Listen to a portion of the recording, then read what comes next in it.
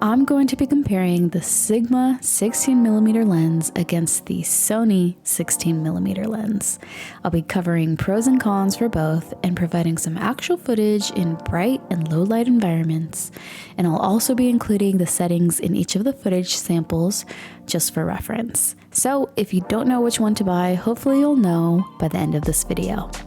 First, let's talk about the price. The Sigma 16mm lens is currently $450, but a few months ago I had bought it new for $375, so I don't know what the deal is, but I also could have got this one used, but I originally only wanted this one, so I just bit the bullet and bought it new.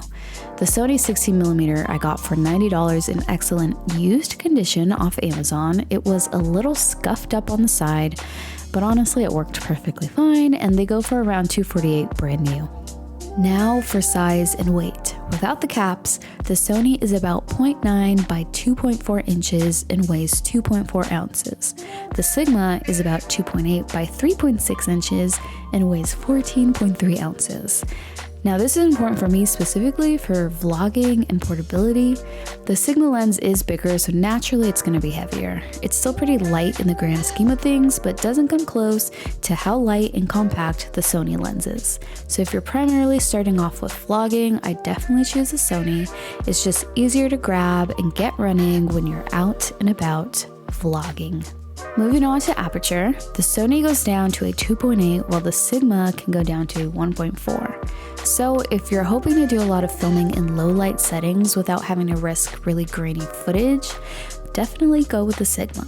As for quality, the Sony does appear to capture slightly wider than the Sigma, which I found a little surprising, but again, the Sigma can perform better in low light. I haven't edited or color graded any of this footage, so this is just exactly how the lens captures. The Sigma does appear to be slightly more warm and vibrant to me in some cases, but honestly, it's really hard for me to tell the difference. Also, the Sigma lens just feels more hardy and sturdier than the Sony, but it's kind of hard to compare based off the feel since the Sony is so much more smaller and lighter. And I'm sure different materials are used in either, but the Sigma just has like a pro feeling to it. Okay, so here are my final thoughts. I bought both with the intention of using them for different things. Since the Sigma is heavier and slightly more quality, I figured I'd use this one more around the house and for sit-down talking head videos. Since the Sony lens is so light and compact, I knew this would be perfect for vlogging out and about, especially since I'm shy.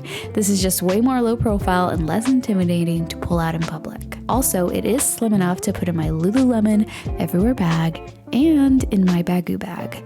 The ZV-E10 does fit in my Baggu with the Sigma lens on. It just takes up a lot of valuable real estate, which I'm not trying to do.